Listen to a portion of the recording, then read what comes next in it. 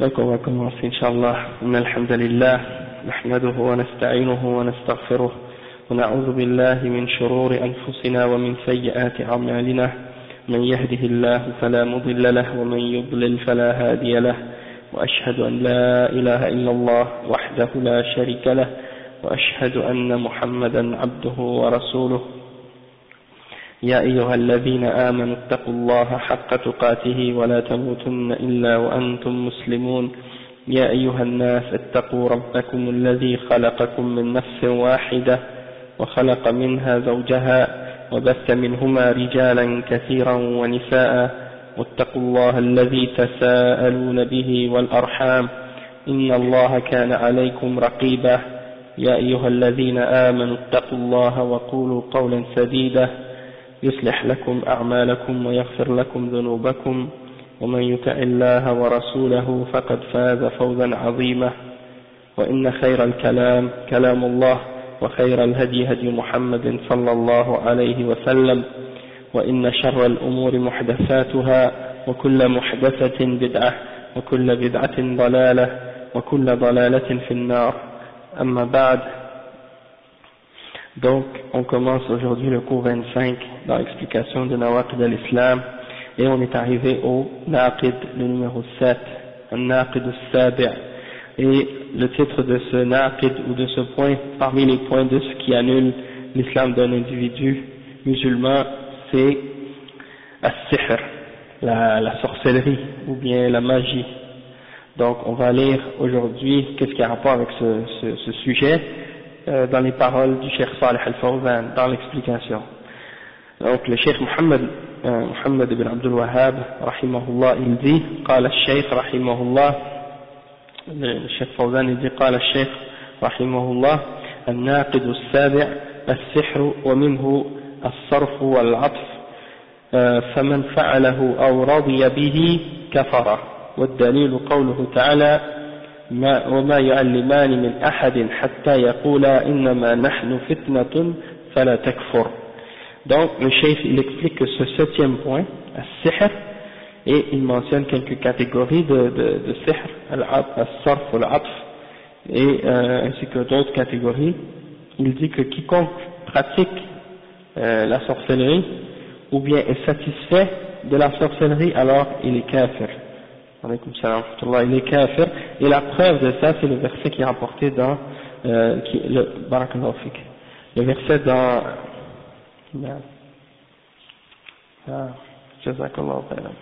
c'est le verset dans Surat al-Baqarah à propos de Sulayman alayhi salam et qu'est-ce que les Juifs avaient dit à son sujet, et c'est les versets 102 et 103 dans Surat al-Baqarah. Donc, ça dit quoi ce verset? Ça dit وَمَا يُعَلِّمَانِ, ça dit les deux anges, chaque fois qu'ils enseignaient une personne, ils enseignaient à quelqu'un la sorcellerie, avant de leur enseigner, ils commençaient par leur dire que c'était uniquement un test pour eux, donc de ne pas l'apprendre, parce que s'ils l'apprenaient, c'était kufr, hein, et donc ce serait une forme de mécréance pour eux. Et donc c'était comme une épreuve. Et donc on va lire l'explication maintenant à ce sujet-là, Inch'Allah, dans les paroles du Cheikh. الشرح السحر في اللغة عبارة عن الشيء الخفي، ولهذا يقول العلماء السحر ما خفي ولطف سببه، ومنه السحر وهو آخر الليل، لأن النهار يظهر خفيا في أوله مغمورا بظلام الليل، ثم يظهر شيئا فشيئا حتى يسفر، وسمي سحرا لخفائه. Donc le cheikh explique premièrement que dans la langue arabe, on utilise le mot sihr pour décrire toute chose qui est subtile ou qui est cachée. Et les ulama, ils disent que as-sihr, c'est tout ce qui est subtil et caché et dont la cause est difficile à avoir ou difficile à comprendre.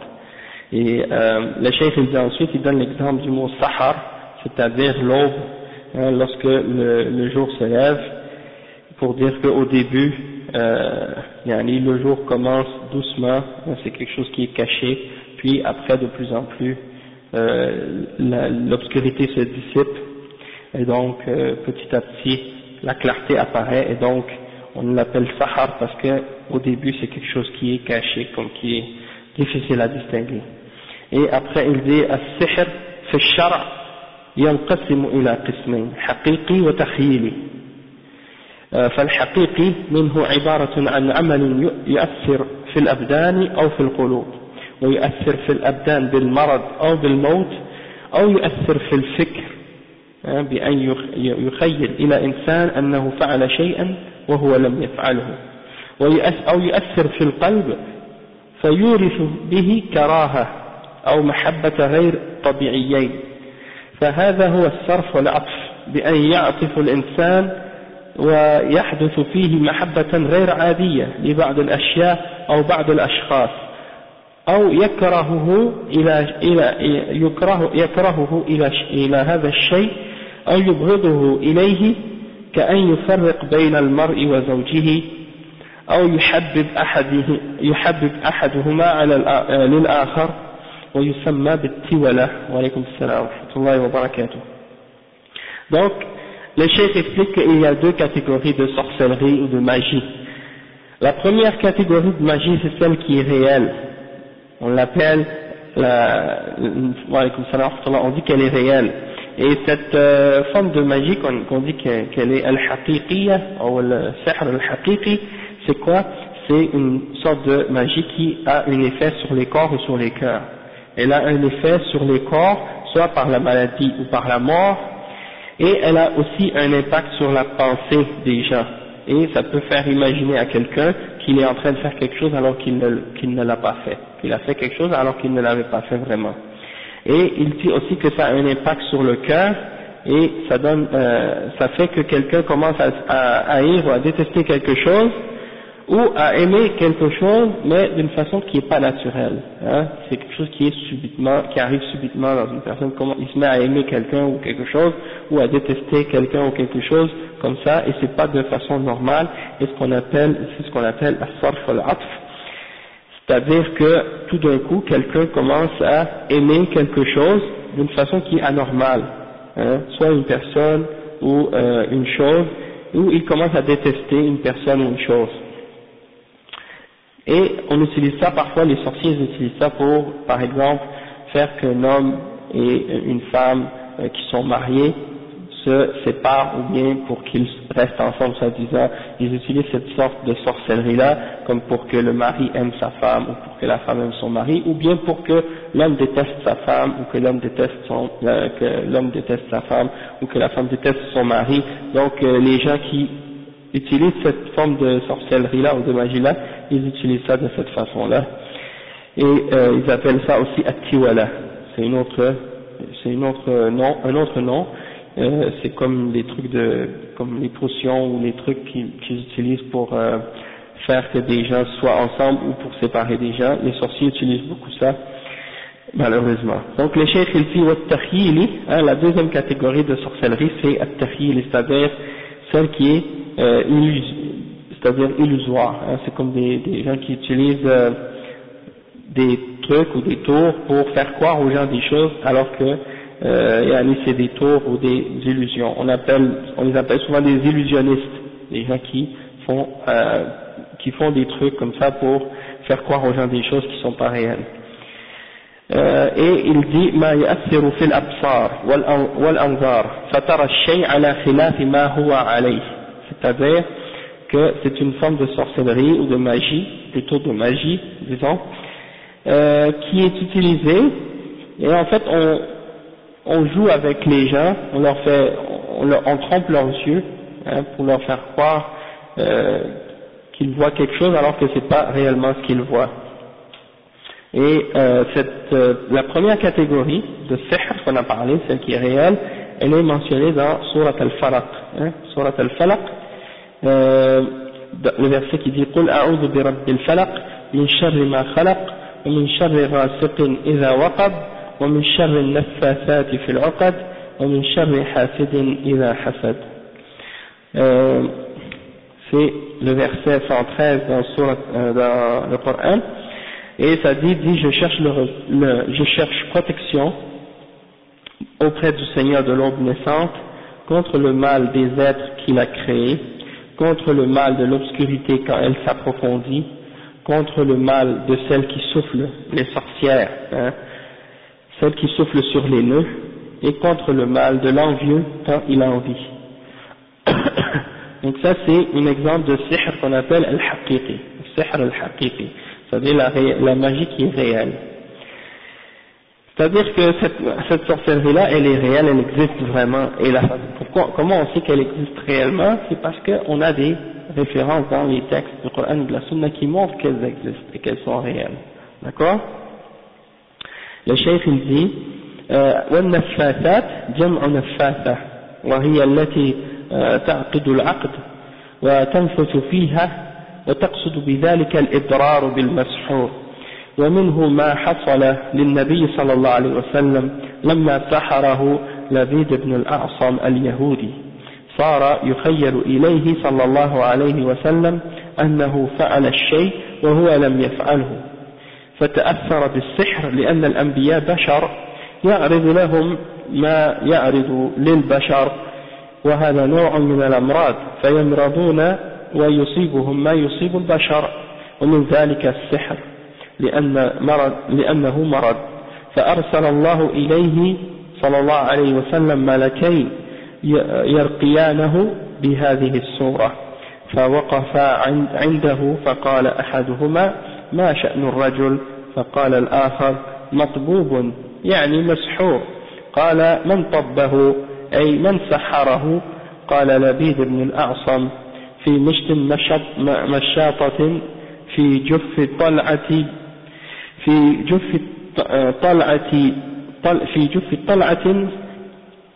في بئر ذروان، فرقاه جبريل عليه السلام بهذه السورة قل أعوذ برب الفلق، فقام صلى الله عليه وسلم كأنما نشط من عقال، فذهب عنه السحر، ثم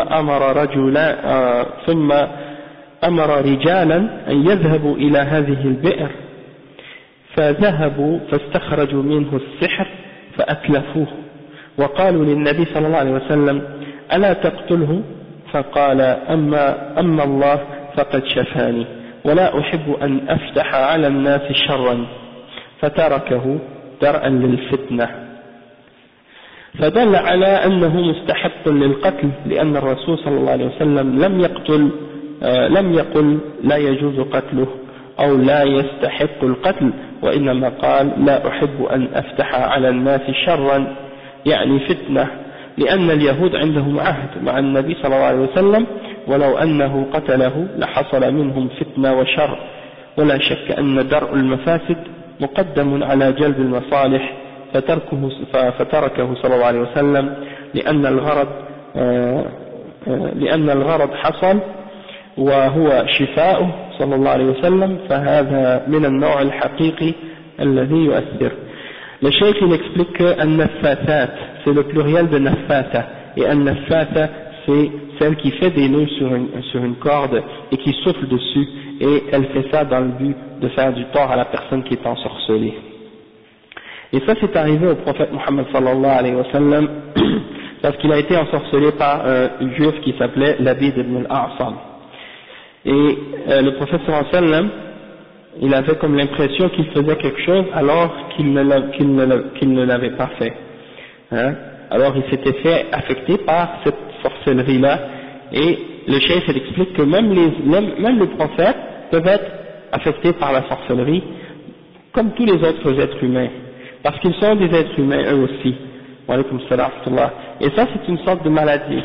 Quand quelqu'un est ensorcelé, c'est comme une maladie, et donc les prophètes peuvent être aussi malades comme les autres êtres humains, et ils peuvent être affectés par tout ce qui peut affecter les êtres humains en général par rapport aux maladies et à la sorcellerie également.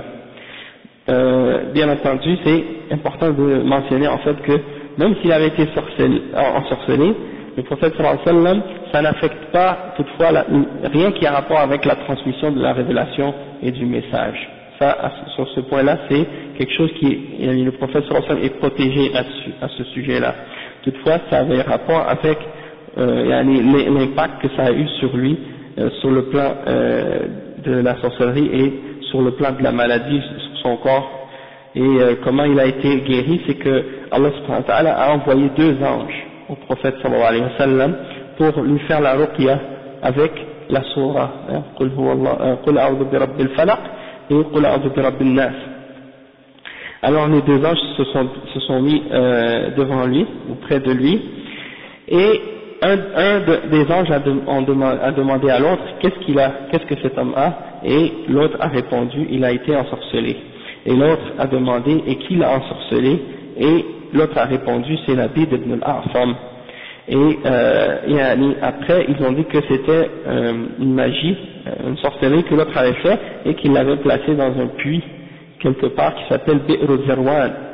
Et donc les 2 anges, non c'est plutôt Jibril alayhi salam qui est venu avec la sourate Qul a'udhu bi rabbil falaq, et qui a fait ruqya sur le prophète sallallahu alayhi wa sallam, et le prophète sallallahu alayhi wa sallam s'est relevé d'un seul coup, comme s'il avait été attaché, puis tout d'un coup on l'avait détaché, et il est devenu dans son état normal, comme s'il n'avait jamais été malade. Donc, comme il dit ici, كأنما نشط من عقال, comme s'il était attaché, puis on l'avait dénoué, donc toute la magie, la sorcellerie s'est enlevée tout de suite, elle est partie de lui. Puis le prophète Muhammad sallallahu alayhi wa sallam par la suite a ordonné à 2 hommes de partir là où il y avait le puits pour trouver cette sorcellerie-là et pour la détruire. Alors les 2 personnes ont demandé au prophète sallallahu alayhi wa sallam, est-ce qu'on doit exécuter cet homme, la personne qui avait ensorcelé le prophète sallallahu alayhi wa sallam, est-ce qu'il doit être tué lui? Et le prophète sallallahu alayhi wa sallam a répondu, en ce qui concerne Allah, en ce qui me concerne, Allah il m'a guéri, et je ne veux pas ouvrir une porte pour faire du mal, ou pour qu'il du mal arrive aux gens, du fait que si ce juif-là est tué, comme le cheikh il explique, étant donné qu'il y avait une entente de paix entre les juifs et le prophète Muhammad sallallahu alayhi wa sallam, pour éviter la fitna que ça pouvait créer, du fait que ce sorcier allait être exécuté, alors le prophète sallallahu alayhi wa sallam l'a laissé en vie, pour éviter de créer des conflits et de la fitna à cette époque-là.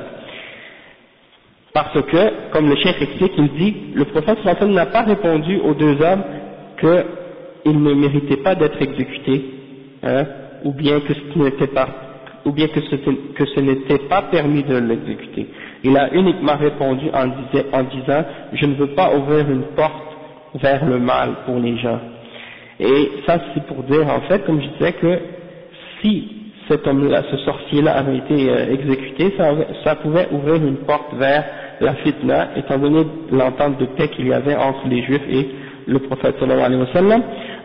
Et il y a une règle dans la charia qu'on appelle, qu'on dit en arabe, dar'ul mafasid muqaddamun ala jalb al masalih, c'est-à-dire de repousser un mal, ça a une priorité quand on parle de qu'est-ce qui est un bienfait et un méfait, ou quelque chose qui peut être positif ou négatif, mais de repousser quelque chose de négatif, ça a précédence sur le fait d'essayer de ramener un bienfait ou quelque chose de positif. Et donc le prophète sallallahu alayhi wa sallam, pour éviter la fitna, il a laissé tomber l'exécution de ce sorcier-là, parce que de toute façon, lui, il avait été guéri sallallahu alayhi wa sallam, et c'était ça le but en fait. Puis ça c'est pour montrer qu'il y a réellement une forme de sorcellerie qui existe, qui est réelle, et c'est pas uniquement il y en a des choses illusoires, parce qu'il y a des gens aujourd'hui qui nient l'existence de la magie ou de la sorcellerie, et même à l'époque des Sahaba ou de ceux qui sont venus après, il y a des sectes qui ont nié l'existence ou la réalité de la sorcellerie, comme les Mu'tazila par exemple, qui disent que la sorcellerie n'existe pas. Mais ça c'est faux, la sorcellerie elle existe, d'accord? Toutefois c'est une forme de kufr, et ça rentre dans le shirk, et c'est haram de la pratiquer ou de l'étudier ou de l'apprendre ou de l'enseigner. Et c'est ça ce qu'on va expliquer maintenant dans ce naqid. Le cheikh il dit أما السحر التخييلي وهو سحر الأعين فهو من جنس ما فعله فرعون مع موسى عليه السلام لما جمع السحرة ليقابلوا موسى والمعجزات التي معه فعملوا سحرا تخييلا ولهذا قال جل وعلا فلما ألقوا سحروا أعين الناس. ما قال سحروا الناس بل قال سحروا أعين الناس. قال تعالى واسترهبوهم وجاءوا بالسحر عظيم. وقال سبحانه وتعالى في سورة طه فإذا حبالهم وعصيهم يخيل إليه من سحرهم أنها تسعى، أي يخيل إلى موسى من سحرهم أن العصا والحبال تسعى وتتحرك وتمشي، وهي في الحقيقة لا تتحرك ولا تمشي من ذاتها، بل يحركها ما وضع فيها من الحقيقة، ما وضع فيها من الزئبق، كما في الآية الأخرى سحروا أعين الناس. وهذا سحر تخييلي ليس له حقيقة، بمجرد أن يذهب تعود الأشياء إلى حقيقتها. ولهذا يأتي الساحر إلى بعض الناس فيأتي بحشرات أو جعلان أو خنافس فيلقي عليها السحر فتصبح كأنها غنم، ثم بعد قليل تعود إلى طبيعتها. Le cheikh il explique qu'il y a la catégorie de sorcellerie ou de magie qui est réelle, et il y a une autre catégorie de sorcellerie ou de magie qui est illusoire, qui n'est pas réelle, et ça consiste à truquer les yeux des gens et leur faire croire que qu'est-ce qu'ils font c'est réel alors que c'est pas vrai. Et il y a beaucoup de gens qui font des trucs comme ça, des illusions, des illusionnistes qui jouent avec les yeux des gens, qui ensorcellent les yeux des gens pour leur faire croire qu'ils voient des choses alors que c'est pas ça. Et c'est ça ce qui est arrivé exactement avec Pharaon lorsqu'il a envoyé les sorciers pour faire la compétition avec Moussa alayhi salam. Eh ben, les sorciers que Pharaon a envoyés, qu'est-ce qu'ils ont fait? Ils ont juste ensorcelé les yeux des gens. Ils leur ont fait croire qu'ils faisaient quelque chose de réel alors que c'était pas vrai. Tandis que Moussa alayhi salam, lui, qu'est-ce qu'il faisait? C'était des miracles de la part d'Allah subhanahu wa ta'ala. Donc, Allah subhanahu wa ta'ala, il mentionne par exemple des versets comme Surat Al-A'raf, le verset 116, il dit فَلَمَّا أَلْقَوْا سَحَرُوا أَعْيُنَ النَّاسِ. Lorsqu'ils ont lancé leur truc, leur corde ou leur bâton, ils ont ensorcelé les regards des gens, et le cheikh il dit donc ils n'ont pas ensorcelé les gens, mais ils ont ensorcelé leurs yeux, ils leur ont fait voir des choses qui ne sont pas réelles. سَحَرُوا أَعْيُنَ النَّاسِ وَاسْتَرْهَبُوهُمْ وَجَاءُوا بِسِحْرٍ عَظِيمٍ. Ils leur ont fait peur avec toutes sortes de fausses sorcelleries. Et il dit aussi dans le verset 66 dans Surat Taha, et voilà que leurs cordes et leurs bâtons ça donnait l'impression aux gens, ou donnait l'illusion que ils bougeaient, et ça faisait partie de leur sorcellerie ou de leur magie, mais c'était pas réel. Le cheikh il dit ça donnait l'impression à Moussa et à ceux qui étaient là, qui avaient été ensorcelés aussi, que leurs bâtons et leurs cordes étaient en train de bouger, mais en réalité ils ne bougeaient pas et ils n'avançaient pas, ils faisaient juste en réalité c'était quelque chose qu'ils avaient mis à l'intérieur, des cordes qui donnaient l'impression que ça bougeait alors que ça bougeait pas, comme l'exemple il dit le chef qu'ils avaient mis une sorte de matière à l'intérieur des cordes qui faisait bouger les cordes alors qu'en réalité elles étaient inertes en fait, elles ne pouvaient pas bouger. C'est une forme de ruse, de truc, c'est un trucage en fait qu'ils utilisaient. Et وفي الآية الأخرى, et dans l'autre verset, سحروا أعين الناس. Et donc ça fait partie des illusions que certains sorciers utilisent ou certains magiciens utilisent. Et du moment que les gens s'en vont, eh ben la magie cesse, elle s'en va toute par elle-même. Et les choses reviennent à leur réalité telle qu'elles étaient à l'origine. Et donc, le chef il donne un exemple, il dit des fois, quelqu'un arrivait avec comme des scarabées ou des insectes, et il mettait une sorcellerie dessus, et puis ça donnait l'impression aux gens que c'était comme un mouton, ou quelque chose comme ça, puis, ou quelque quelque chose de ce genre, puis après quelque temps, elle revient à son état normal, puis elle redevient un scarabée, ou quelque chose de ce genre.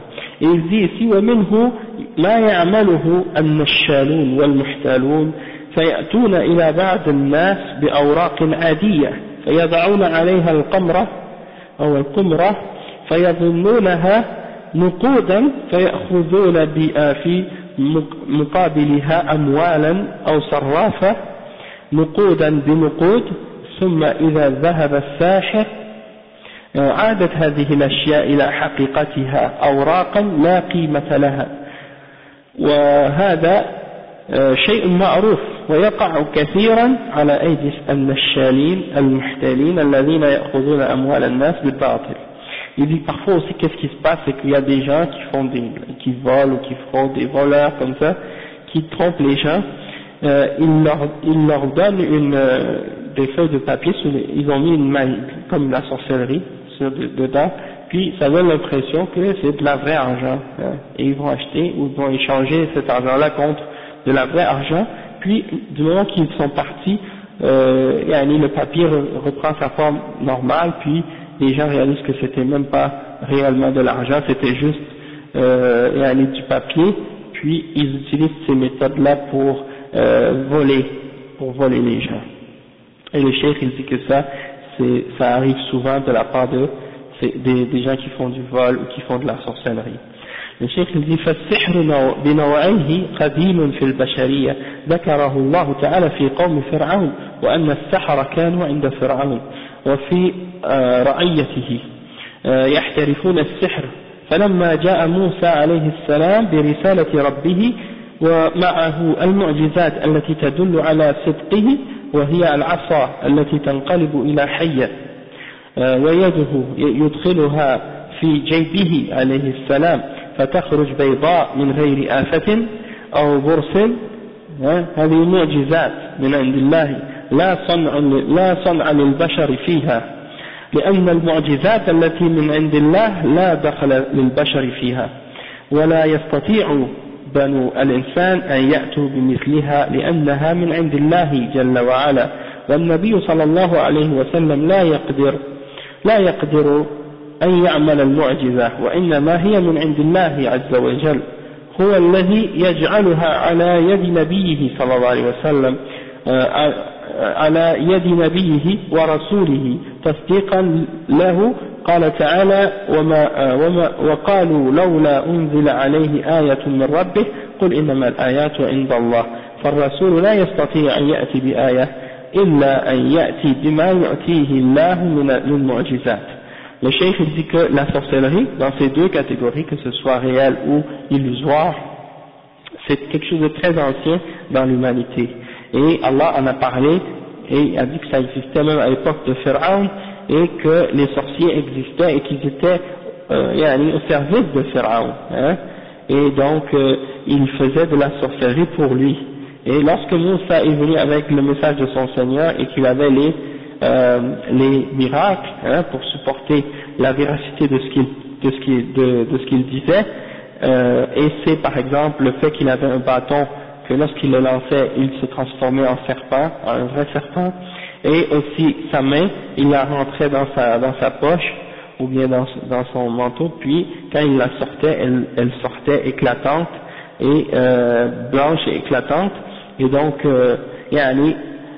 c'était un miracle qui venait d'Allah subhanahu wa ta'ala, et c'est pas quelque chose que l'être humain est capable de contrôler ou de faire par lui-même, parce que les miracles ça vient d'Allah subhanahu wa ta'ala, ça n'a rien à voir, les hommes ont rien à faire ou ont rien à voir avec le miracle, c'est pas les hommes qui contrôlent ces choses-là ou qui décident de les faire par eux-mêmes, mais c'est Allah subhanahu wa ta'ala qui le donne à qui il veut, et parmi les messagers. Donc les miracles viennent d'Allah subhanahu wa ta'ala. Et les prophètes par eux-mêmes ne sont pas capables de faire un miracle ou de décider qu'ils font un miracle, c'est uniquement Allah subhanahu wa ta'ala qui leur donne cette capacité-là de le faire, parce qu'elles viennent uniquement d'Allah subhanahu wa ta'ala, et c'est lui qui la donne à son prophète ou à son messager pour disons confirmer et montrer que ce qu'il dit est la vérité. Et le cheikh il mentionne le verset 50 dans Surat Al-Ankabut, lorsque les kuffars venaient et ils disaient si seulement il avait un signe de son Seigneur ou un miracle de son Seigneur, et Allah subhanahu wa ta'ala dit, demande ou dit au prophète de leur répondre ou de leur dire les signes ou les miracles viennent uniquement d'Allah. Qul innamal ayatu indallah, dit au Muhammad les signes ne viennent que d'Allah. Donc ça c'est des exemples pour dire que les miracles ça vient d'Allah subhanahu wa ta'ala et non pas des prophètes eux-mêmes. Le messager n'est pas capable de venir par lui-même avec un miracle, c'est uniquement Allah subhanahu wa ta'ala qui lui donne ces miracles-là. أما السحر فإنه عمل بشري وصناعة يتعلمها الناس ويتقنونها وهي من عمل شياطين الإنس والجن وليست معجزات وإنما هي خوارق شيطانية يستطيع الإنسان أن يصنعها ويتعلمها أما المعجزة فلا يقدر أحد على إيجادها إلا الله وقالوا لولا أنزل عليه آيات من ربه قل إنما الآيات عند الله وإنما أنا نذير مبين فالآيات من عند الله جل وعلا فما هي باستطاعة الرسول صلى الله عليه وسلم أن يأتي بها أو أن يعملها أما السحر فهو باستطاعة المخلوق أنه يتعلمه ويصنعه والمعجزة حق والسحر باطل ولهذا لما جاء موسى عليه السلام بالبينات والمعجزات قالوا هذا سحر وأنه سحر وقال فرعون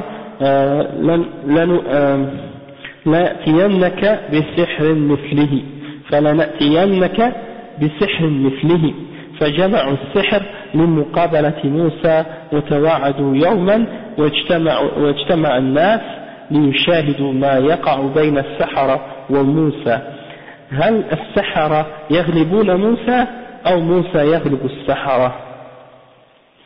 Donc le cheikh il dit, ça c'est qu'est-ce qu'on a dit au sujet des miracles, al-mu'jizat. Maintenant, au sujet de la sorcellerie, le cheikh il dit que la sorcellerie, elle, contrairement aux miracles qui viennent d'Allah subhanahu wa ta'ala, la sorcellerie, c'est une chose humaine que les hommes apprennent et qu'ils maîtrisent, et ça vient des actions du diable parmi les hommes et les djinns. C'est les diables qui font ça parmi les hommes et les djinns, et ce ne sont pas des miracles, c'est uniquement des trucs diaboliques, et l'être humain est capable de le faire et de l'apprendre, contrairement aux miracles, parce que les miracles, personne n'est capable de le faire excepté Allah subhanahu wa ta'ala, d'accord. Et il donne encore une fois le verset 50 dans Surat Al-Ankabut, et il dit si seulement Allah lui donnait un miracle, ou si seulement un miracle descendait sur lui de la part de son Seigneur, dit les miracles viennent uniquement d'Allah et je ne suis qu'un avertisseur clair. Et donc c'est pour faire comprendre que c'est pas lui qui a le pouvoir ou qui décide des miracles, c'est Allah subhanahu wa ta'ala qui lui donne. Donc les miracles, les signes viennent d'Allah subhanahu wa ta'ala, et ce n'est pas du pouvoir du messager de le faire par lui-même ou de l'apprendre comment le faire ou autre chose de ce genre. Contrairement à la magie ou la sorcellerie, ça c'est dans la capacité des êtres humains de l'apprendre et de le faire. Et il dit que les miracles sont réels, tandis que la sorcellerie c'est quelque chose de faux, c'est quelque chose de batil. Et lorsque Moïse par exemple est venu, Moussa il est venu avec les miracles et les preuves claires, ils ont dit ça c'est de la sorcellerie, ça c'est de la magie. À chaque fois que les messagers venaient avec des signes et des exemples et des preuves, les gens disaient ça c'est de la sorcellerie, هذا سحر مبين. Et donc, wa alaykum salam, et il disait qu'il était un sorcier. C'était la première explication qu'il trouvait à ça. Et donc, même que Pharaon a dit à Moïse, on va te ramener une magie pareille, pour compétitionner, pour montrer que on est capable de faire la même chose avec de la magie. Et donc il a rassemblé tous les sorciers qu'il pouvait rassembler, et il leur a donné un rendez-vous pour que les gens se réunissent et pour voir est-ce que Moïse va avoir le dessus ou bien c'est les sorciers qui vont avoir le dessus sur lui et qui vont gagner et qui vont remporter. Donc le cheikh il dit وهذا من تيسير الله لظهور الحق ونصرة نبيه موسى عليه السلام اجتمعوا فطلبوا من موسى أن يلقي أولا فقال لهم ألقوا أنتم فألقوا ما معهم من سحر عظيم فاسترهبوا الناس به من الحبال والعصي حتى إن موسى عليه السلام خاف فأوجس في نفسه خيفة موسى فقلنا لا تخف إنك أنت الأعلى وألق ما في يمينك تلقف ما صنعوا فألقى العصا التي كانت بيده فكانت ثعبانا عظيما أرهبهم والتهم كل السحر الذي وضعوه في الوادي وخافوا على أنفسهم أن يلتهمهم الثعبان ثم إن موسى عليه السلام أمسكها فعادت عصا كما كانت فعند ذلك علم السحرة أن الذي مع موسى ليس من السحر وعرفوا أن هذا ليس من صنع البشر وإنما هو من عند الله فآمنوا وتابوا إلى الله وخروا ساجدين لله عز وجل وألقي السحرة ساجدين وقالوا آمنا برب العالمين رب موسى وهارون. Donc ici le cheikh il dit que Allah subhanahu wa ta'ala il a facilité que la vérité ait le dessus et il a donné la victoire à son prophète Moïse sur les sorciers. Donc les gens se sont réunis et ils ont demandé, les sorciers, ils ont demandé à Moïse pour que Moïse lance en premier son bâton. Et il leur a répondu, il leur a dit non, vous lancez en premier. Donc qu'est-ce qu'ils ont fait? Ils ont lancé leur sorcellerie et ils ont fait peur aux gens avec ça et ils ont lancé leurs cordes et leurs bâtons et tout ça. Et même Moussa, même lui-même, il a eu peur quand il a vu ça. Hein? Il a vu ça, il a dit qu'en lui-même, il a commencé à avoir peur de la magie qu'ils avaient fait. Et peut-être qu'il s'imaginait que c'était vraiment une magie très puissante et que peut-être que ils allaient avoir le dessus. Toutefois, Allah subhanahu wa ta'ala a ordonné à Moïse de lancer son bâton et Allah subhanahu wa ta'ala a dit à Moïse de ne pas avoir peur, de ne pas avoir peur que s'il lançait son bâton, tout ce qu'ils avaient lancé comme corde ou autre chose allait être détruit ou avalé par ce que Allah subhanahu wa ta'ala va lui donner comme miracle. Et donc il a lancé son bâton, puis c'est devenu un serpent énorme qui a avalé complètement tous les trucs que ces sorciers-là avaient lancés. Et lorsque les sorciers ont vu ça, ils ont eu peur, et ils ont réalisé que Moïse alayhi salam n'était pas un sorcier, mais que ce qu'il amenait et ce qu'il disait c'était la vérité qui vient d'Allah subhanahu wa ta'ala. Et donc lorsque Moïse a repris son serpent, a repris le serpent, il est redevenu un bâton dans sa main, et donc les sorciers ont cru en Moussa et ils ont cru que c'était la vérité, donc et ils se sont repentis et ils ont cru en Allah subhanahu wa ta'ala et ils se sont prosternés à Allah subhanahu wa ta'ala. Donc c'est dans le verset 120 à 122 dans Surat Al-A'raf que les sorciers se sont prosternés et qu'ils ont dit nous croyons au Seigneur des mondes, le Seigneur de Moïse et de Haroun.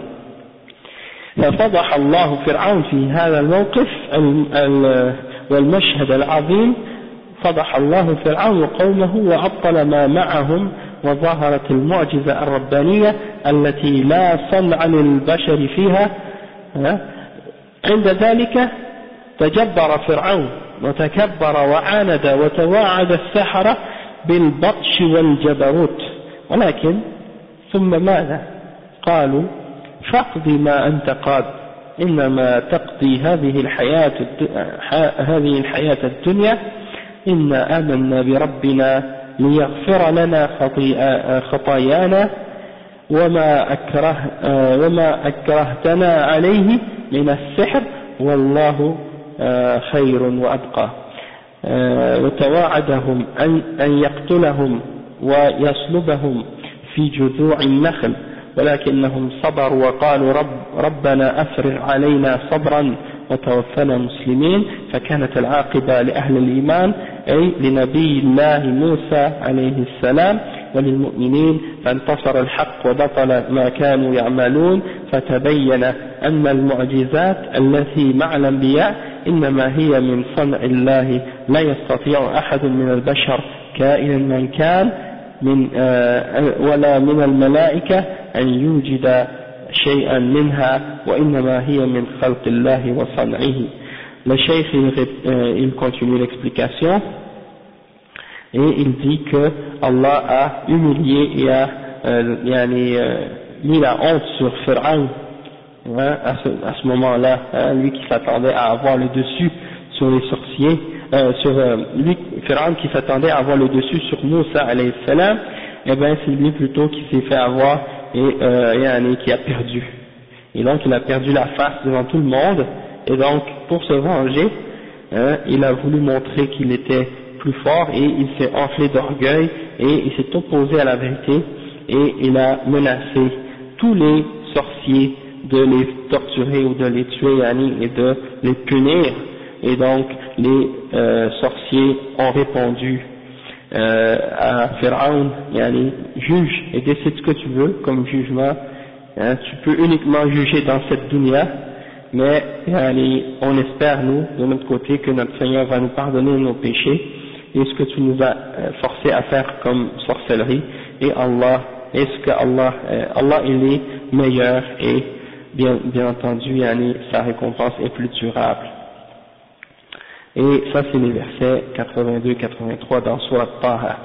Donc il les a menacés de les tuer et de les faire crucifier sur les troncs d'arbres, mais ils ont été endurants, ils ont patienté et enduré, et ils ont fait un dua en demandant à Allah subhanahu wa ta'ala de leur donner la patience et l'endurance et de les faire mourir musulmans. Donc la bonne fin a été pour les gens qui ont eu la foi, c'est-à-dire à Moïse, alayhi salam, Moussa et aux autres croyants, et donc ils ont eu la victoire. Allah subhanahu wa ta'ala leur a donné la victoire et il a fait périr, ou bien disons il a détruit ce que les sorciers avaient fabriqué. Et donc on a compris maintenant que les miracles qui viennent avec les prophètes, c'est uniquement quelque chose qui vient de la part d'Allah subhanahu wa ta'ala, et aucun des êtres humains n'a le pouvoir de le faire, ni les anges, ni les prophètes par eux-mêmes, mais c'est uniquement quelque chose que Allah crée et qu'il fait et qu'il permet à qui il veut parmi les prophètes. Donc il dit فهذا هو الفرق بين معجزات الأنبياء والسحر، فدل على أن السحر قديم في البشرية من عهد فرعون كما ذكر الله في القرآن، وكما قد يكون من قبل في القرآن كما قد يكون من قبل، وقد بقي السحر في بني إسرائيل، فلهذا في عهد سليمان عليه السلام وهو نبي ملك من أنبياء بني إسرائيل وملوكهم، سخر الله له الجن والعفاريت والشياطين تعمل بأمره، إن الله أعطاه ملكا لم يعطه أحدا من العالمين، فسأل ربه وقال وهب لي ملكا لا ينبغي لأحد من بعدي، ومن ذلك أن الله سخر له العفاريت والشياطين كل بناء وغواص وآخرين مقرنين في الأصفاد يتصرف فيهم عليه الصلاة والسلام، يعملون له الأعمال الهائلة كما ذكر الله سبحانه وتعالى. ثم لما مات سليمان عليه السلام جاءت الشياطين وقالت إن سليمان ما استطاع تسخير الشياطين إلا بالسحر، فهو يستخدم الجن والشياطين بالسحر الذي يعمله، وافتروا على سليمان والله برئ سليمان عليه السلام من ذلك لأن السحر كفر ولا يليق بنبي الله سليمان أن يعمل الكفر. قال تعالى واتبعوا ما تتلو الشياطين على ملك سليمان وما كفر سليمان أي ما سحر سليمان فسمى الله السحر كفرا فقال ولكن الشياطين كفروا يعلمون الناس السحر وما أنزل على الملكين ببابل هاروت وماروت وما يعلمان من أحد حتى يقولا إنما نحن فتنة فلا تكفر فيتعلمون منهما ما يفرقون به بين المرء وزوجه وما هم بضارين به من أحد إلا بإذن الله ويتعلمون ما يضرهم ولا ينفعهم ولقد علموا لمن اشتراه ما له في الآخرة من خلاق ولبئس ما شروا به أنفسهم لو كانوا يعلمون ولو أنهم آمنوا واتقوا لمثوبة من عند الله خير لو كانوا يعملون. وفي هذه الآيات بيان أن السحر هو من عمل الشياطين وأنه لا يليق بسليمان عليه السلام نبي الله ابن نبي الله ولكن هذا من افتراءات اليهود التي ألقتها إليهم الشياطين. فهذه الآيات تدل على أن السحر كفر ولهذا استدل بها المصنف على أن السحر كفر وأنه من نواقض الإسلام وذلك في عدة مواضع. Le cheikh il explique maintenant, il dit qu'il y a une différence entre les prophètes qui font des miracles et la sorcellerie, comme on a dit. Il y a des différences entre les miracles des prophètes et la sorcellerie. Et tout ça, comme on a dit, ça montre que la sorcellerie c'est quelque chose de très ancien, depuis l'époque de Pharaon. Et il dit que c'est pour ça qu'à l'époque de Sulayman, alayhi salam,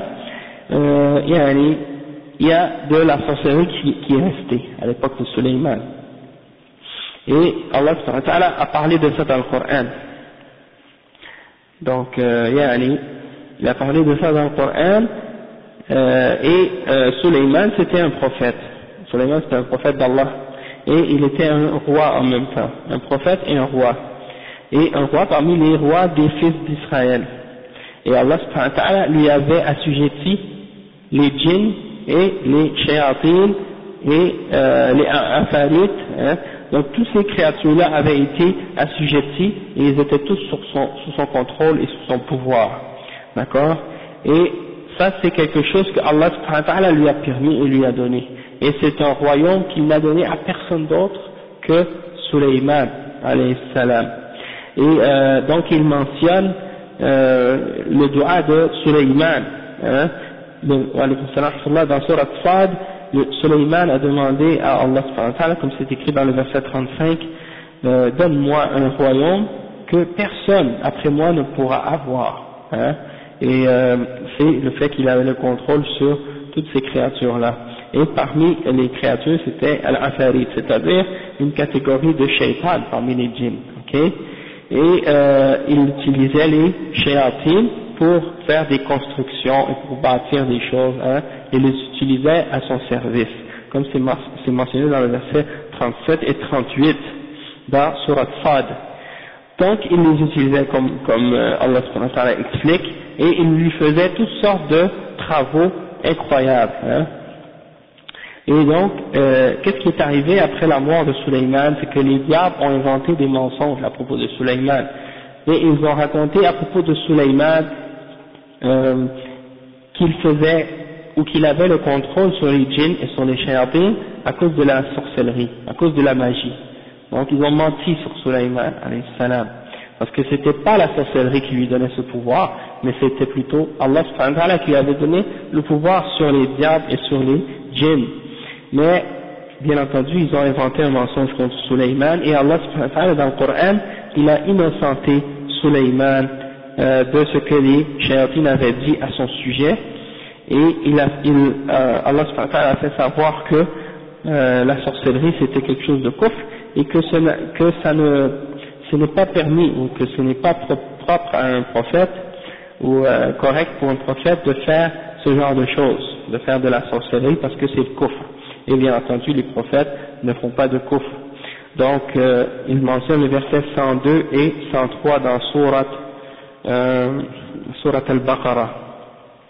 Et c'est un des versets les plus longs dans le Coran, c'est un verset qui est assez long, et il y a dedans l'explication de l'histoire à propos de Sulayman alayhi salam. Allah subhanahu wa ta'ala dit dans le sens de ce verset: et ils suivirent ce que les diables racontèrent contre le règne de Sulayman. Or que Sulayman n'a jamais été mécréant, mais bien les diables. Ils enseignaient aux gens la magie, ainsi que ce qui est descendu aux deux anges Harut et Marut à Babylone. Mais ceux-ci n'enseignaient rien à personne, qu'ils n'aient dit d'abord: nous ne sommes rien qu'une tentation, ne soyez pas ou ne soient pas mécréants. Et ils apprennent auprès d'eux ce qui sème la désunion entre l'homme et son épouse. Or ils ne sont capables de nuire à personne qu'avec la permission d'Allah. Et les gens apprennent ce qui leur nuit et ne leur est pas profitable, et ils savent très certainement que celui qui acquiert ce pouvoir n'aura aucune part dans l'au-delà. Certes, quelle détestable marchandise pour laquelle ils ont vendu leur âme, si seulement ils savaient. Et s'ils croyaient et vivaient en piété, une récompense de la part d'Allah serait certes meilleure, si seulement ils savaient. Donc ça c'est les versets qui sont mentionnés à ce sujet-là dans Al-Qur'an, dans Surat Al-Baqarah.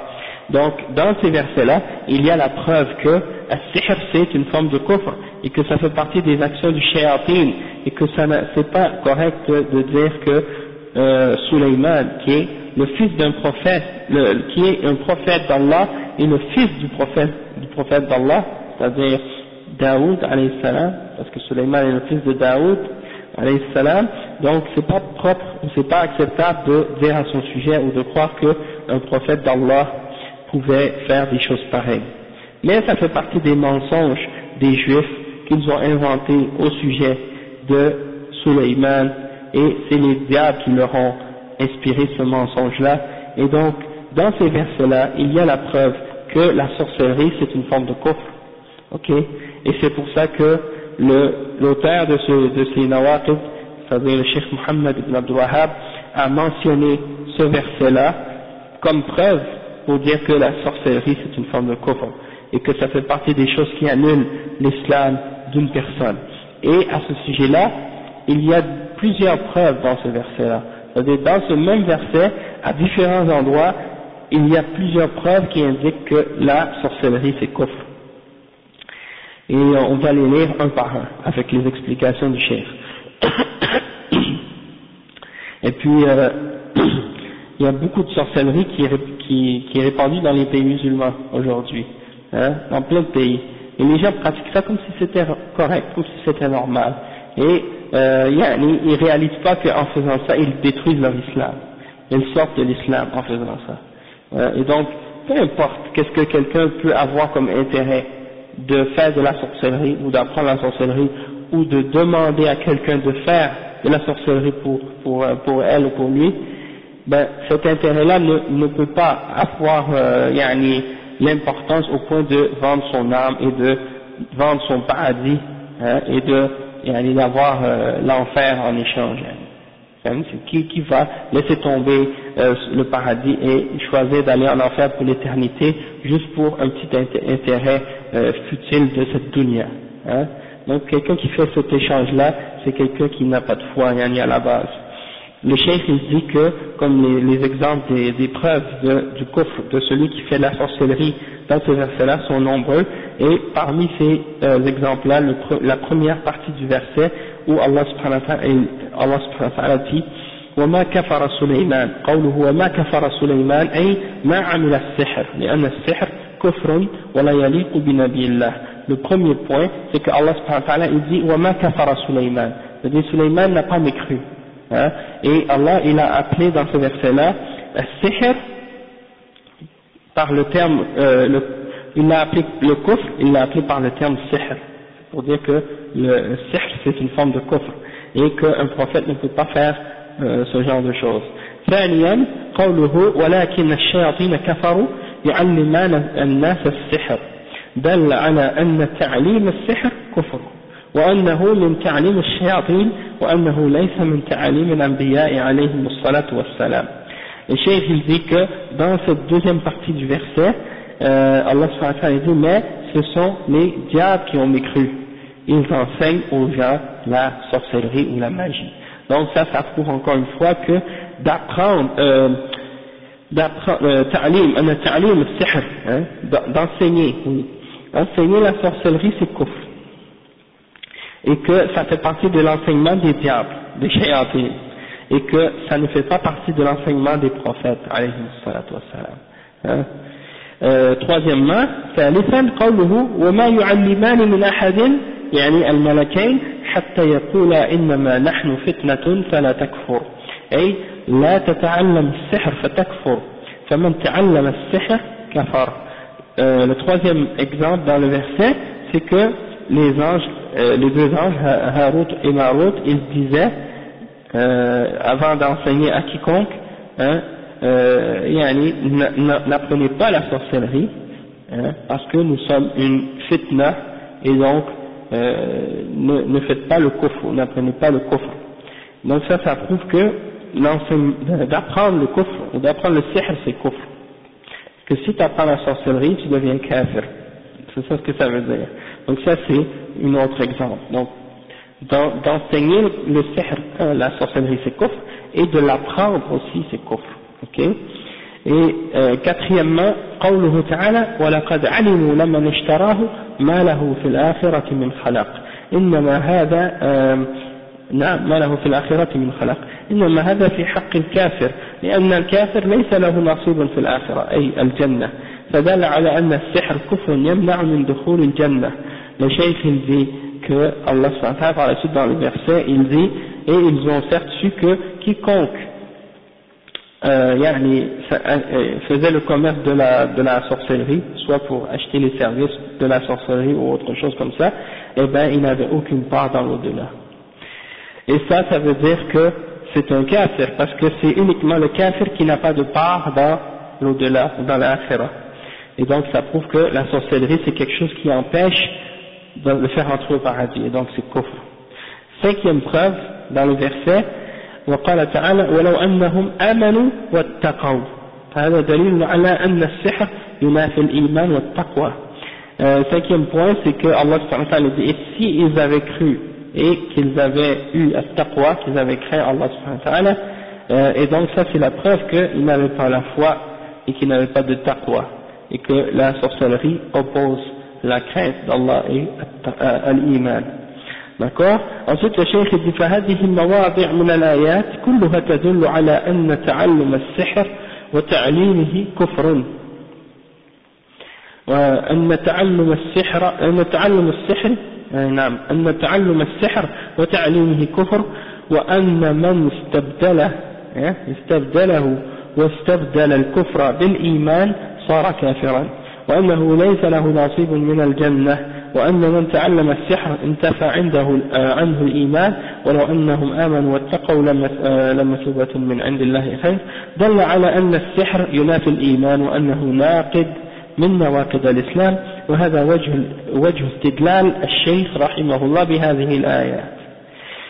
Donc il fait un résumé de tout ce qu'on a dit, ça montre que dans ce verset-là on voit que quiconque apprend ou enseigne la sorcellerie il a mécru et qu'il a échangé la foi pour la mécréance, et qu'il est devenu mécréant, et qu'il n'a pas de part dans l'au-delà, dans le paradis, et que quiconque apprend la sorcellerie, il n'a pas de foi.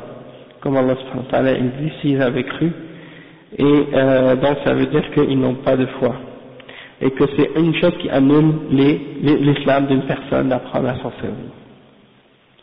Ok. Et ça c'est donc les preuves que le cheikh a voulu mentionner dans ce verset-là. ولكن يمكن أن نقول أو يمكن أن تقول كيف تعلم الملائكة السحر؟ كيف تعلم الملائكة السحر وتعليم السحر كفر؟ فنقول هذا ابتلاء من الله وامتحان للبشر من يؤمن ومن يكفر.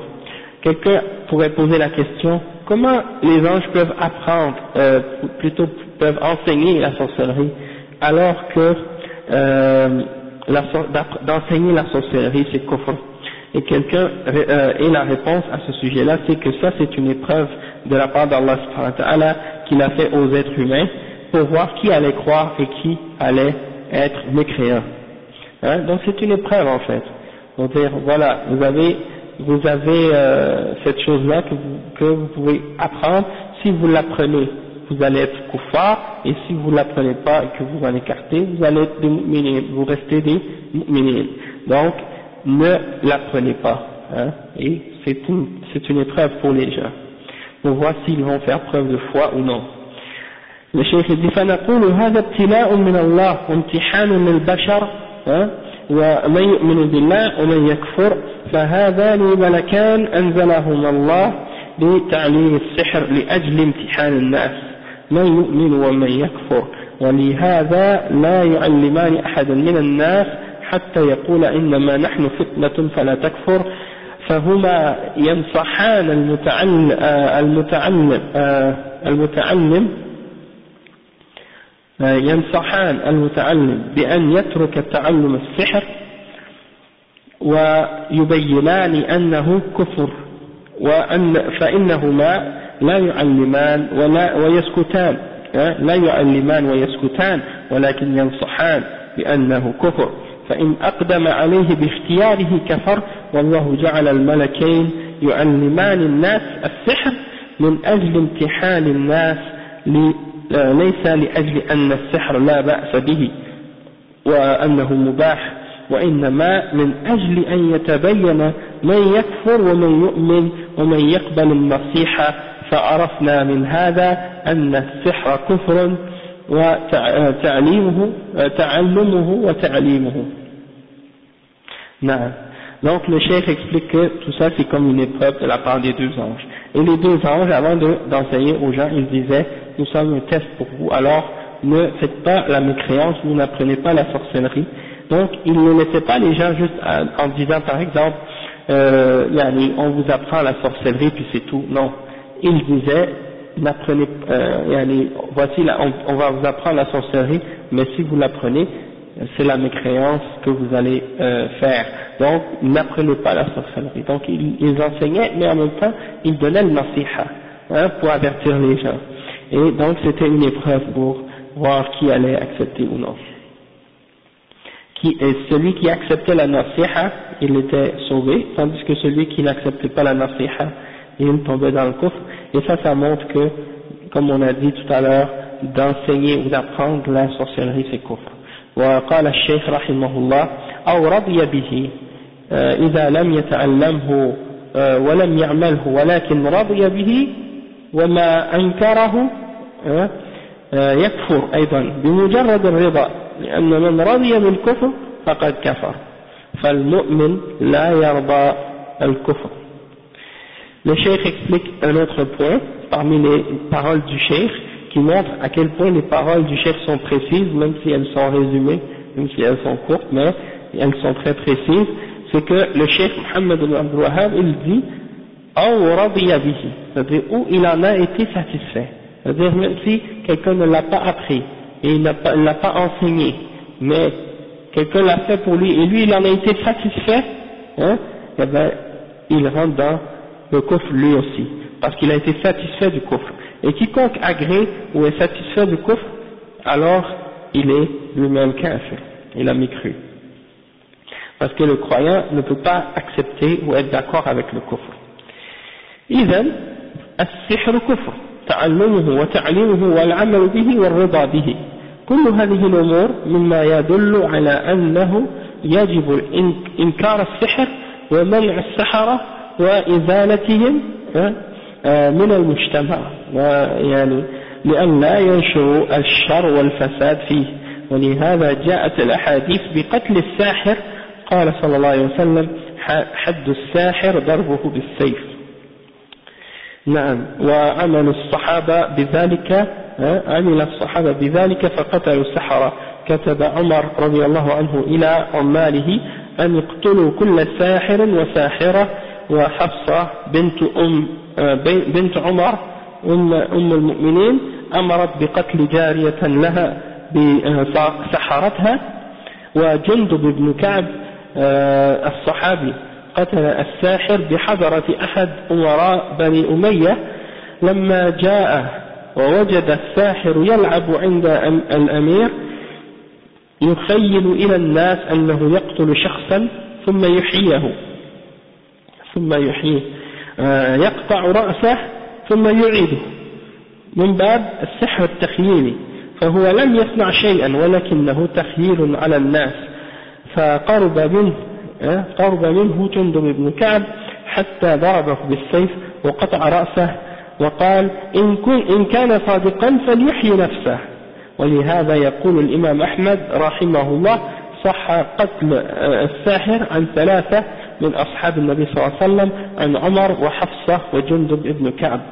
Le cheikh dit donc qu'on peut comprendre en résumé de tout ce qu'on a expliqué jusqu'à maintenant que la sorcellerie c'est kufr, soit de l'enseigner, soit de l'apprendre, soit de l'enseigner, soit de le pratiquer ou d'en être satisfait. Toutes ces choses-là c'est quelque chose qui est kufr. Et toutes ces choses-là également ça indique que le cheikh dit que ça indique que le sahir, que le sihr c'est obligatoire de s'y opposer et de s'y objecter et de le rejeter, de faire l'inkar, de l'interdire et aussi d'interdire les sorciers de pratiquer ce qu'ils font dans la société, de les éliminer de la société parce qu'ils répandent le mal et la corruption dans la société. Et c'est pour ça que le cheikh dit qu'il y a des hadiths qui ont mentionné la peine comme peine pour le sorcier, qu'il doit être exécuté selon la charia. Et il rapporte qu'il y a un hadith à ce sujet-là. Toutefois, le hadith à ce sujet-là, il est da'if. Il est rapporté selon At-Tirmidhi, At-Tabarani, Ad-Daraqutni et Al-Hakim. Et c'est un hadith qui est rapporté selon Jundub, et c'est da'if, marfou', mais toutefois, il est authentique dans les paroles du sahabi lui-même. Donc c'est les paroles d'un sahabi et non pas la parole du prophète Muhammad sallallahu alayhi wa sallam. Et les sahaba ont appliqué ça. Donc ça fait partie de l'ijma' des sahaba d'exécuter les sorciers.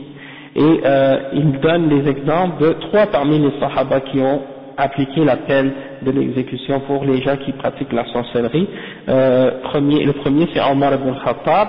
Lorsqu'il était khalifa, il a envoyé des lettres à tous ses ministres ou à tous ses députés pour leur dire qu'ils devaient exécuter tout sorcier ou sorcière.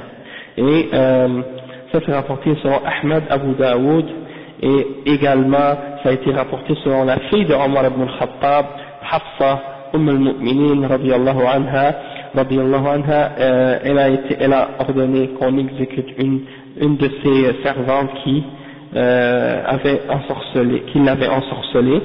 Ça c'est rapporté selon Abdullah ibn al-Imam Ahmad dans Masail al-Imam Ahmad et par al-Bayhaqi également.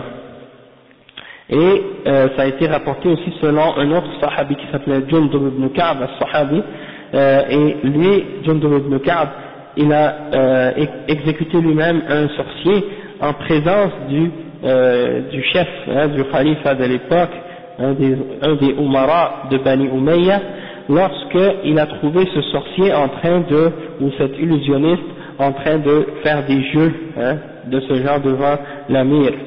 Il donnait l'impression aux gens, ou il faisait croire aux gens qu'il tuait quelqu'un puis il le faisait revivre. Donc qu'est-ce qu'il faisait? Il coupait sa tête puis il remettait sa tête.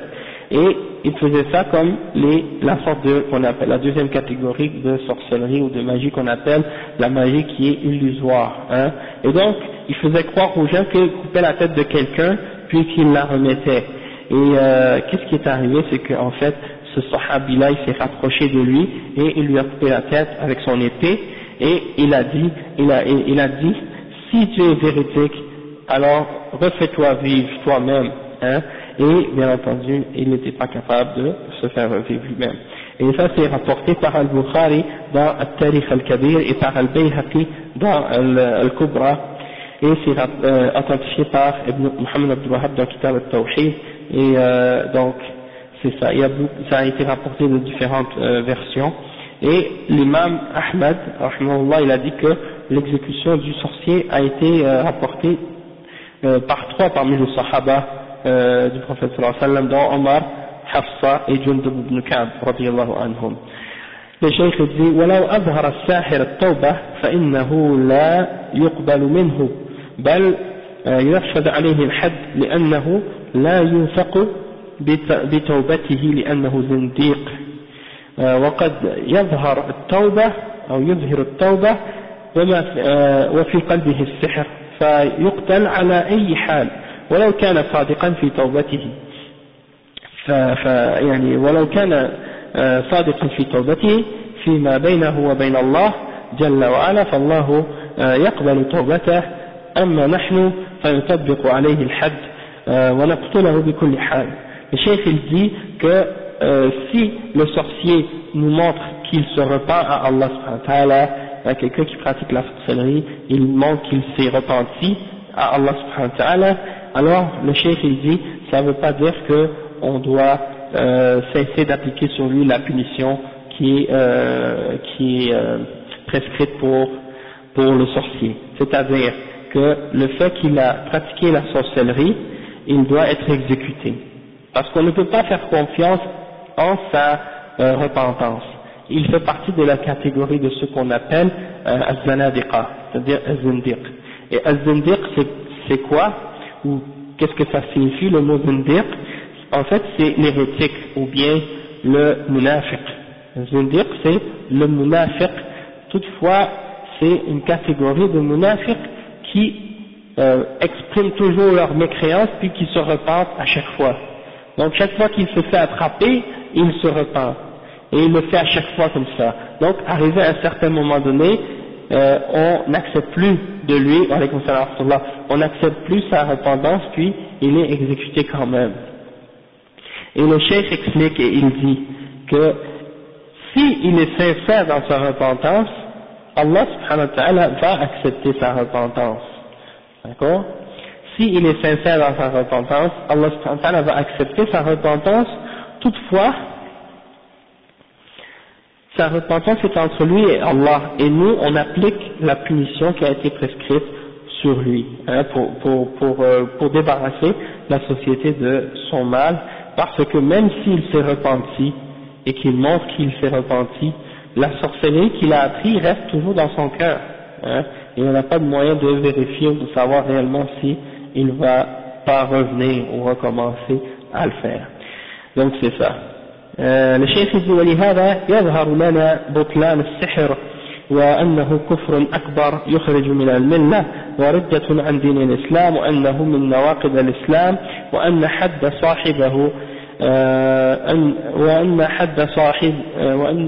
صاحبه القتل على كل حال لأنه يفسد المجتمعات وينشر العداوة والبغضاء والشر بين الناس.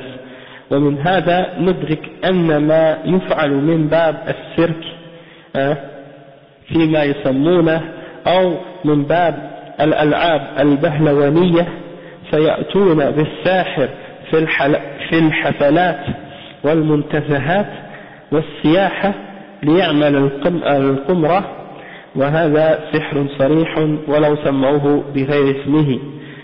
ونعلم بهذا أنه لا يجوز إقرار السحر في المجتمع الإسلامي بأي شكل يمكن أن يقال بأي شكل يمكن أن يقال إنهم يعالجون الأمراض فيسمون الطب الشعبي وهو سحر، أو يأتون باسم الرقية فيرقون وهم سحرة، والجهال يسمونهم المشايخ وهم سحرة، والعوام يعتقدون أنهم أطباء ومشايخ. Le cheikh il dit que tout ça, c'est ce qu'on a montré, ça montre la fausseté de la sorcellerie et que c'est une forme de kufr majeur qui fait sortir quelqu'un de la religion de l'islam et que c'est une forme d'apostasie de la religion musulmane. Et il dit que ça fait partie des choses qui annulent l'islam d'une personne et que la punition dans la charia pour quelqu'un qui pratique la sorcellerie ou qui est sorcier, c'est qu'il soit exécuté. De toute façon, dans tous les cas, c'est-à-dire, peu importe qu'il se repente ou non, si il est sorcier, il est exécuté selon la charia. Et encore une fois, l'exécution ou la punition dans la charia, c'est applicable par les dirigeants musulmans ou par les représentants des dirigeants, c'est-à-dire les juges et les gens qui sont mis en place par le chef d'un État dans un pays musulman, et non pas par les citoyens ou les individus ordinaires de la société. Hein? Ou bien ils doivent être arrêtés par les policiers ou des trucs comme ça, puis ils sont amenés par la suite devant le juge pour être jugés. Et si des fois il y a des gens qui ont posé la question à des ulama et ils ont dit par exemple on a quelqu'un dans notre ville ou dans telle région qui pratique de la sorcellerie, donc qu'est-ce qu'on peut faire? Et ils ont posé la question à des ulama et comme par exemple Cheikh Al-Fawzan, il a dit si vous savez que quelqu'un pratique de la sorcellerie, amenez des preuves à propos de ce que vous dites, hein, soit que vous avez des preuves des livres de sorcellerie qu'il a chez lui ou des trucs de sorcellerie qu'il a chez lui, amenez des preuves, amenez des personnes avec vous qui vont être des témoins, etc. Puis vous ramenez ça devant le juge pour le faire juger. Puis par la suite, c'est le juge qui va établir le verdict au sujet de cette personne-là pour savoir que c'est un sorcier ou non. Mais c'est pas juste d'accuser quelqu'un sans preuve, de dire lui il fait de la sorcellerie ou des trucs comme ça. Il faut que ce soit supporté par des évidences et des preuves. Et donc le cheikh il dit que le mal des sorciers, c'est que parmi le mal ou les choses, l'aspect négatif de leur présence dans la société, c'est qu'ils répandent dans la société toutes sortes de haine et de discorde et de la haine entre les gens et beaucoup de choses négatives. Et le cheikh il dit que également, parmi les choses qu'on peut calculer comme faisant partie de as-sihr, il calcule les choses qui ont rapport avec le cirque. Il dit que les choses qui ont rapport avec le cirque ou bien les jeux d'acrobatie, des trucs de ce genre, il dit que les gens font de la magie ou des illusions dans ces choses-là. Et donc ils font des fêtes et des spectacles, des trucs comme ça, puis ils utilisent parfois des formes de sorcellerie pour ensorceler les gens. Il dit que ça c'est une forme de sorcellerie, même s'il ne l'appelle pas de la sorcellerie. Et ensuite il dit, et on sait également que il n'est pas permis d'accepter ou d'approuver la présence de la sorcellerie dans la société musulmane, dans les pays musulmans. Il y a des pays musulmans dans lesquels la sorcellerie se pratique en plein jour, et où les sorciers ont pignon sur rue, comme disait le frère Hassan Abou Asma. À chaque fois, il dit, ils ont pignon sur rue. Donc c'est ça, dans certains pays musulmans, les sorciers, ils ont pignon sur rue, et ils pratiquent ça dans les marchés, dans les places publiques, les ensorceleurs de serpents, les gens qui lisent les mains, les gens qui prétendent connaître l'avenir, toutes ces choses-là, ça fait partie de sihr aussi. Ok, les devins, les Qur'an, toutes ces choses-là, ça a rapport avec la sorcellerie. Donc, il y a des pays musulmans où ces choses-là, c'est pratiqué en plein jour, ouvertement, puis personne ne dit rien, personne ne fait rien, et ça c'est quelque chose qui ne doit pas être. Et parfois même, qu'est-ce qui se passe, c'est qu'il y a des formes de sorcellerie qui sont pratiquées, qui sont acceptées dans certains pays musulmans, et c'est parce que les gens ignorent parfois que c'est de la sorcellerie, ou bien l'appellent par d'autres noms. Et le cheikh il dit que par exemple, dans certains pays, quand des gens vont chez des guérisseurs, ils appellent par exemple des guérisseurs, et ils appellent ça la médecine traditionnelle, ils vont chez des guérisseurs, puis en réalité c'est des sorciers. Il y en a d'autres aussi, qu'est-ce qu'ils font? Ils disent qu'ils font ar-ruqya. C'est des gens qui sont soi-disant spécialistes dans ar-ruqya, alors qu'en réalité c'est des sorciers. Ils fabriquent parfois des talismans ou des gris-gris ou des trucs comme ça, ils écrivent dans des morceaux de papier des incantations ou des trucs comme ça, puis parfois c'est écrit en une langue inconnue, ou bien c'est parfois écrit avec du sang ou avec d'autres choses, il y a des chiffres parfois aussi, ils mettent ça dans une petite poche et puis ils ferment ça, ils attachent ça, puis ils donnent ça à la personne et ils croient que c'est des porte-bonheur ou que c'est quelque chose qui va protéger contre la sorcellerie. Et il n'y a pas longtemps, à Paris, je suis rentré dans je sortais de la gare, et je suis allé manger dans un restaurant, Allah Musta'an, qui s'appelle Chicken Hut. Je sais pas si vous savez, c'est quoi, en tout cas c'est un truc de poulet frit, et je suis rentré, et puis je commence à manger, tout à coup je regarde à l'entrée, puis juste en haut du petit signe pour dire indiquer la sortie, je vois un morceau de papier collé en haut, avec un carré comme ça, avec des chiffres écrits à l'intérieur, puis avec des trucs comme ça. Donc, les propriétaires, c'est des Pakistanais, donc j'ai demandé au propriétaire, c'est quoi ce papier-là, et pourquoi il a mis ça? Il m'a dit ça, c'est ses parents qui lui ont donné ça pour, comme porte-bonheur, des trucs comme ça. Et donc, j'ai expliqué que ça, c'était une forme de sihr, tout ça, puis que, on n'a pas le droit de mettre ces choses-là, ni pour porte-bonheur ou quoi que ce soit, et que, Allah subhanahu wa ta'ala, c'est lui qui nous protège contre ces choses-là, et non pas ce genre de choses-là, au contraire. Et c'est pour faire comprendre qu'en réalité, on retrouve ces choses-là partout dans les pratiques de certains pays musulmans, dans certains individus de certains pays musulmans, ils croient que ça fait partie de qu'est-ce qui est permis dans l'islam. Et ceux qui les donnent, ceux qui les écrivent, ces trucs-là, souvent c'est des gens qui sont considérés comme étant des chouyours, des gens qui ont rapport avec la religion, hein, qui se donnent qui ont un titre religieux, alors qu'en réalité c'est des choses qu'ils font qui sont des formes de sihr et de kufr. Hein. Et aussi dans d'autres pays musulmans, il y en a qui les appellent des marabouts, hein, qui font des trucs de gris-gris comme ça. Et aussi parfois on les appelle des mashaykh, hein, des trucs comme ça. Donc tout ça, ça a rapport avec le sihr, et les gens ordinaires qui n'ont pas appris comme il faut la aqidah et tout ça, et ils croient que c'est des médecins ou des mashaykh ou des trucs comme ça, puis qu'ils ils sont en train de faire des choses qui sont correctes dans l'islam et tout ça. Donc c'est important de savoir que ces choses-là sont contraires à l'islam, que c'est kufr de les pratiquer ou d'avoir recours à ces gens-là, puis il faut s'en écarter de ces gens-là puis de ces choses-là. Le cheikh dit وكذلك لا يجوز استعمال السحر لا يجوز استعمال السحر باسم الألعاب البهلوانية أو السيرك أو ما أشبه ذلك كالذي يجر السيارة بشعره أو أنه تمشي عليه السيارة ولا تضره أو يطعن عينه بأسياخ من الحديد ولا تضره أو يطعن نفسه بالسكين أو يأكل النار أمام الناس.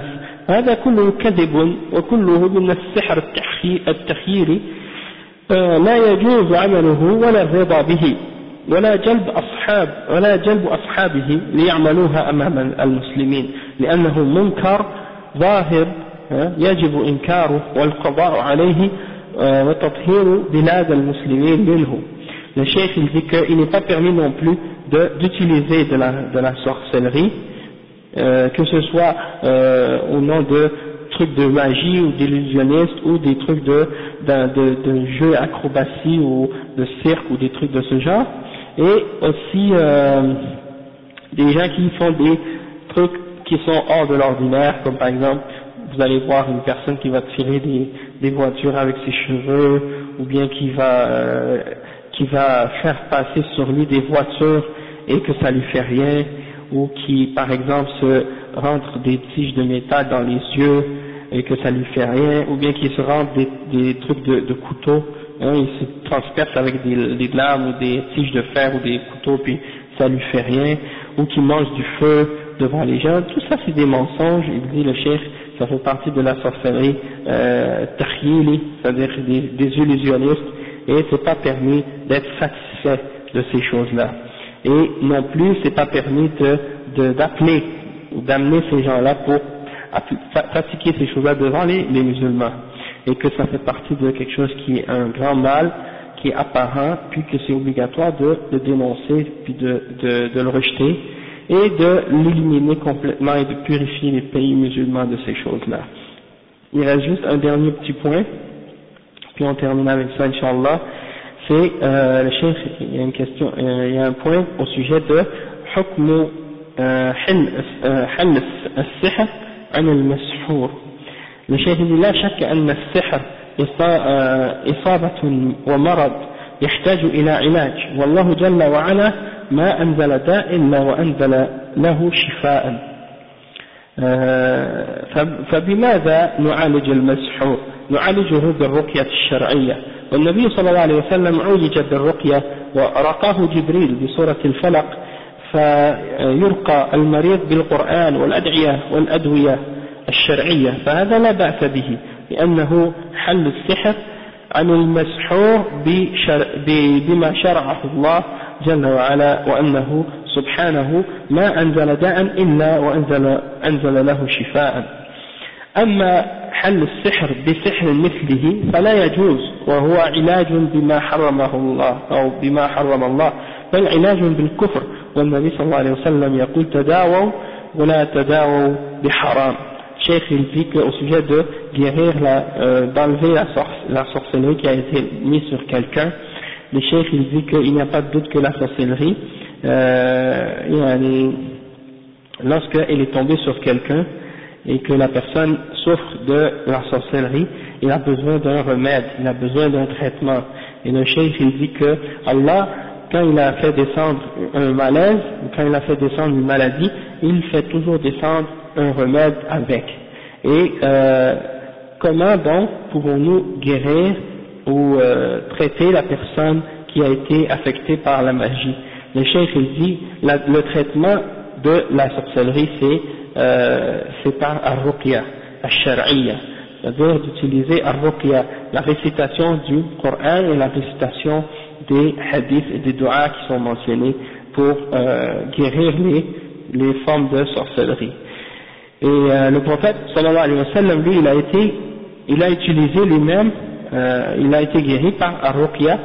Jibril a fait la ruqya sur lui avec surat al-Falaq, et il a lui-même également utilisé le Coran pour guérir des malades, et il a utilisé des invocations et des du'as et toutes sortes d'autres remèdes qui sont permis par la charia, et donc il n'y a pas de problème d'utiliser le Coran comme un remède pour la sorcellerie.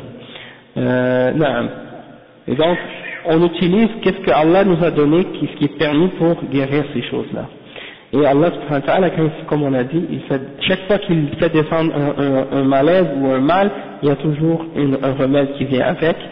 Et en ce qui concerne certaines personnes qui veulent guérir la sorcellerie en utilisant la sorcellerie, quand ils sont ensorcelés ou qu'ils ont reçu un sort, ils vont voir un sorcier pour faire enlever le sort. Donc ils enlèvent la magie ou la sorcellerie par une sorcellerie d'un autre. Le cheikh il dit que ça c'est pas permis, et c'est de chercher un remède, de se guérir par quelque chose de haram, et de se guérir par le kufr, et ça c'est bien entendu pas permis. Et il mentionne un hadith qui dit, et lorsque vous cherchez à un remède, alors ne cherchez pas à un remède qui est haram, ou ne prenez pas quelque chose de haram comme remède. Et c'est rapporté par Abu Daoud, et c'est un hadith rapporté selon Abu Darda. Donc il dit والسحر من أعظم المحرمات فكيف نعالج به المسحور. يقول عبد الله بن مسعود رضي الله عنه إن الله لم يجعل شفاءكم فيما حرم عليكم. Le cheikh il dit que la sorcellerie c'est un des plus grands péchés. Alors comment on pourrait guérir quelque chose par quelque chose de pareil, ou par quelque chose de haram?